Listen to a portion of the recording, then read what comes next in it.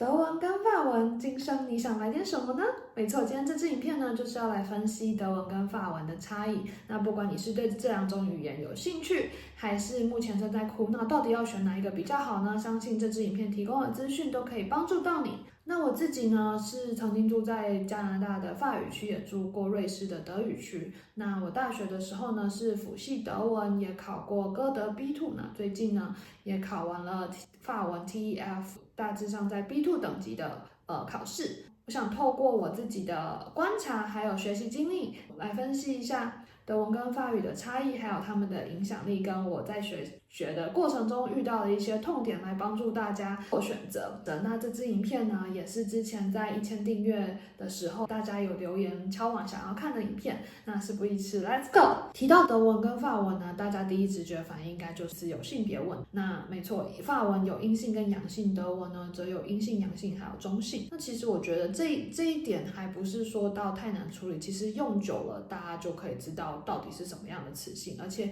还有一定程度的规律可以遵循。像是德文如果是 UNG 结尾的字呢，就是阴性。最困难的点呢，是你如果想要鱼与熊掌都兼得，同时学这两个语言的话，你就会把自己搞得非常的混乱。像我曾经呢就做过这件事情，我曾经早上学德文，下午学法文，然后我背单字的时候呢，我就觉得我快要疯了。为什么呢？举例来讲 ，le chat le chat， 猫跟狗在法文是阳性，但是变到德文呢，它就会变成 der Hund die Katze。狗呢是阳性，猫呢是阴性，背到后你就觉得到底是哪一个语言是哪一个，就是阴阳性你会搞混。所以建议大家呢，如果你真的想要两种语言都学的话，先把一个提升到一定程度，我觉得大概到 B1 level 可能差不多，你再去把另外一个语言给学起来，不然的话你真的会搞混。第二个大家想到学习困难点呢，可能就是时态啊、动词变化的问题。这两个呢，在德文跟法文都会出现，而且老实说还蛮像的。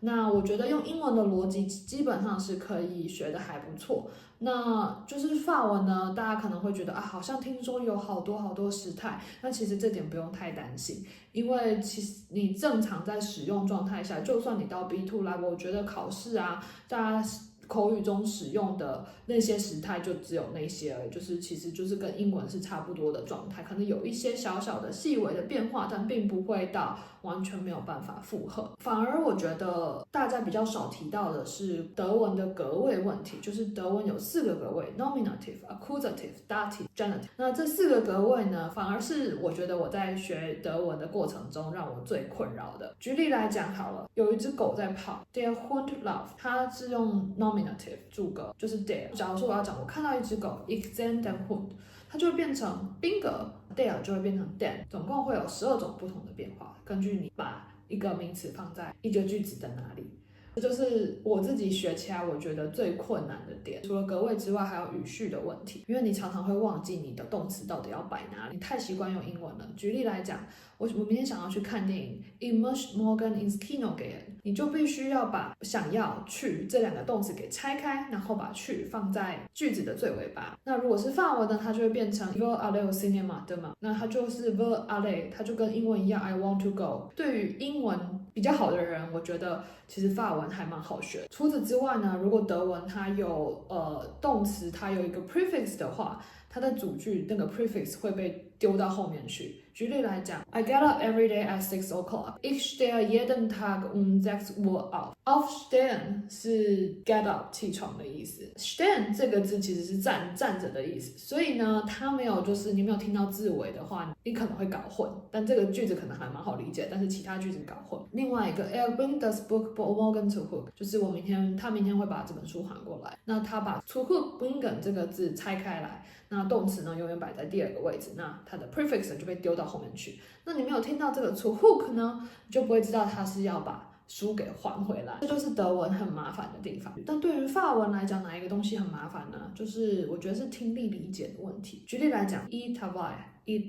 它其实是2个不同的意思，但是发音一模一样。你如果是 e tavai 没有 ent 结尾的话，它是单数；有 ent 结尾，它是复数。但是他们发起来一模一样，因为法文会去掉字尾，所以你在想要透过这种拼音语言系统想要就念出来、即写出来的感觉，法文没有办法做到，但是德文可以。那就单字来讲呢，其实我觉得这两个语言各有千秋，英文被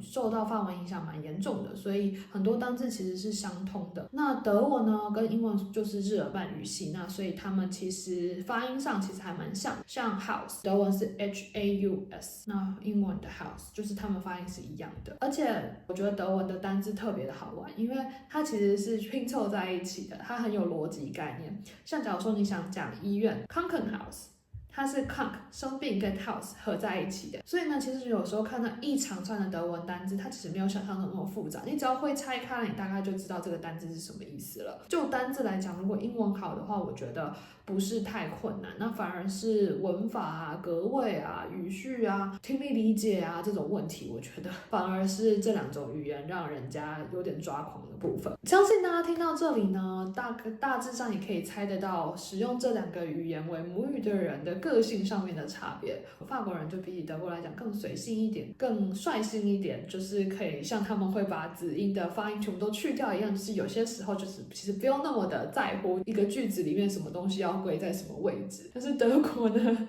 真的就跟德文一样，他们就是什么东西都比较一板一眼，然后每个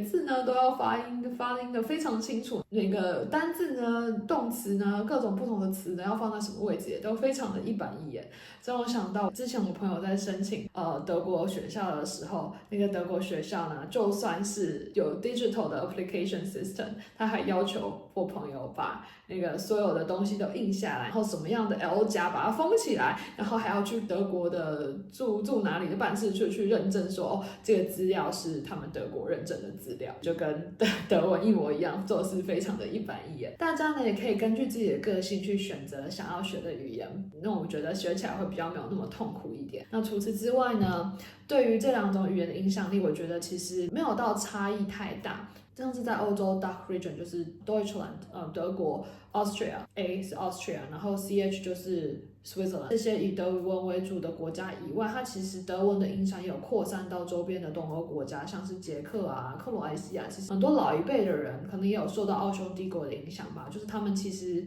你英文不通的话，德语也可以通，尤其是你如果学工业类的啊、机械啊、工程啊、理工方面的人来讲，我觉得可能选择德文会对于工作上面啊、理解上面或是写看文献方面会有蛮不错的注意。那法文呢，可能就比较偏艺术类的人，或是你想要走国际政治啊、国际贸易、国际关系之类的，因为法文其实是联合国的官方语言之一嘛。那很多法律文件呢，也会选择使用法文来书写，因为它的时态分得非常的细，所以可以对于案件事情的理解，就是时间序表现的比较清楚。很多非洲国家其实都是会讲法文的呢，像加拿大也有法语区，所以基本上根据你的职业需求、你的理想目标，还有你的个性，我觉得这是一个还蛮适合选择语言的方式。那我下支影片呢，要来讲讲我怎么样把我法文从 A2 在3个月之内提升到 B2。那大家如果有兴趣的话呢，记得订阅我的频道并开启小铃铛，才不会错过这支影片哦。那大家如果有任何语言相关的资讯想要知道的话，或是自己学法文啊、德文上面遇到的困难，也欢迎在下方分享给我。那我们下支影片见喽，拜拜。